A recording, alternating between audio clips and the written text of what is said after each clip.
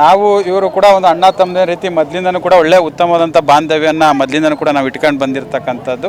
ಖಂಡಿತವಾಗ್ಲೂ ನಮಗೆ ಇಂಥವ್ರ ಅವಶ್ಯಕತೆ ಇತ್ತು. ಯಾಕಂದರೆ ಭಾಳಷ್ಟು ಸೀನಿಯರ್ಸ್ಗಳ ಹತ್ರ ನಾವು ಹೋಗಿ ಅನುದಾನಗಳನ್ನ ತರೋದು ಸ್ವಲ್ಪ ವ್ಯತ್ಯಾಸಗಳಿತ್ತು. ಇವ್ರ ಹತ್ರ ನಾವು ಜಗಳ ಮಾಡಿ ಅನುದಾನಗಳನ್ನ ತರ್ತಕ್ಕಂಥ ಪ್ರಯತ್ನವನ್ನು ನಾವು ಮಾಡ್ಬೋದು. ಭಾಳ ಕಷ್ಟಪಟ್ಟು ಇಲ್ಲ, ಭಾಳ ಖುಷಿ ಆಗ್ತದೆ. ಎಲ್ಲ ಕಡೆನೂ ಕೂಡ ಒಂದು ಉತ್ತಮವಾದಂಥ ವಾತಾವರಣ ಇದೆ.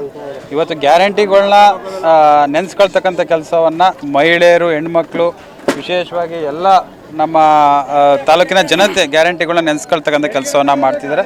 ನನಗೆ ಭರವಸೆ ಇದೆ 100ಕ್ಕೆ 100ರಷ್ಟು ನಮ್ಮ ಅಭ್ಯರ್ಥಿಗಳು ನಮ್ಮ ತಾಲೂಕಿನ ಜನತೆ ಅವ್ರಿಗೆ ಆಶೀರ್ವಾದವನ್ನು ಮಾಡ್ತಾರೆ. ಜೊತೆಗೆ ಧ್ರುವಾಣ್ ಸಾಬ್ರನ್ನು ಕೂಡ ಮರೆಸ್ತಾ ಇದ್ದಾರೆ. ಹಿಂದೆ ಅವ್ರ ಸಂಸಾರದ ಸಂದರ್ಭದಲ್ಲಿ ಉತ್ತಮವಾದಂಥ ಕೆಲಸವನ್ನು ಮಾಡಿದರು.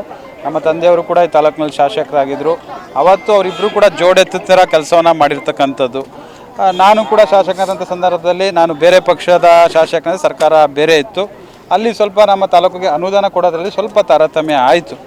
ಇವತ್ತು ನನಗೆ ಇನ್ನೊಂದು ಕೈ ಬಲಪಡಿಸಿದ್ರೆ ಈ ತಾಲೂಕು ಹೆಚ್ಚಿನ ರೀತಿಯ ಅಭಿವೃದ್ಧಿಯನ್ನು ಮಾಡ್ಬೋದು. ಸೆಂಟ್ರಲ್ ಗೌರ್ಮೆಂಟ್ ಫಂಡ್ಸ್ನ ತರ್ಬೋದು, ಕೇಂದ್ರ ಸರ್ಕಾರದ ಅನುದಾನಗಳನ್ನ ತಂದು ಈ ತಾಲೂಕಿನಲ್ಲಿ ಅಭಿವೃದ್ಧಿ ಮಾಡಬೇಕು. ಯಾಕೆ ಉದಾಹರಣೆಗೆ ಇವತ್ತು ಏಕಲವ್ಯ ಶಾಲೆ ಆಗಿರ್ಬೋದು, ಕಿತ್ತೂರಾಣಿ ಚೆನ್ನಮ್ಮ ಆಗಿರ್ಬೋದು, ಆದರ್ಶ ಶಾಲೆಗಳು ಇರ್ಬೋದು, ನಮ್ಮ ಸೆಂಟ್ರಲ್ ಗೌರ್ಮೆಂಟ್ ಫಂಡ್ಸ್ಗಳಾಗಿರ್ಬೋದು, ನ್ಯಾಷನಲ್ ಹೈವೇ ರೋಡ್ಸ್ಗಳಾಗಿರ್ಬೋದು, ಇವೆಲ್ಲವನ್ನು ಕೂಡ ತರ್ತಕ್ಕಂಥ ಪ್ರಯತ್ನವನ್ನು ಮಾಡಬೇಕು ಅನ್ನೋ ದೃಷ್ಟಿಯಿಂದ ನಮ್ಮ ತಾಲೂಕಲ್ಲಿ ಅತಿ ಹೆಚ್ಚು ಲೀಡ್ ಕೊಟ್ಟಂಥ ಸಂದರ್ಭದಲ್ಲಿ ಮಾನ್ಯ ಮುಖ್ಯಮಂತ್ರಿಗಳ ಹತ್ರನೂ ನಾವು ಅನುದಾನವನ್ನು ಕೇಳ್ಬೋದು.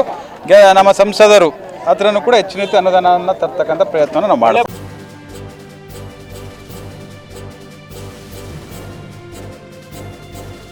ಇದು ಮಾನವೀಯ ಸಂದೇಶದ ಜನವಾಹಿನಿ.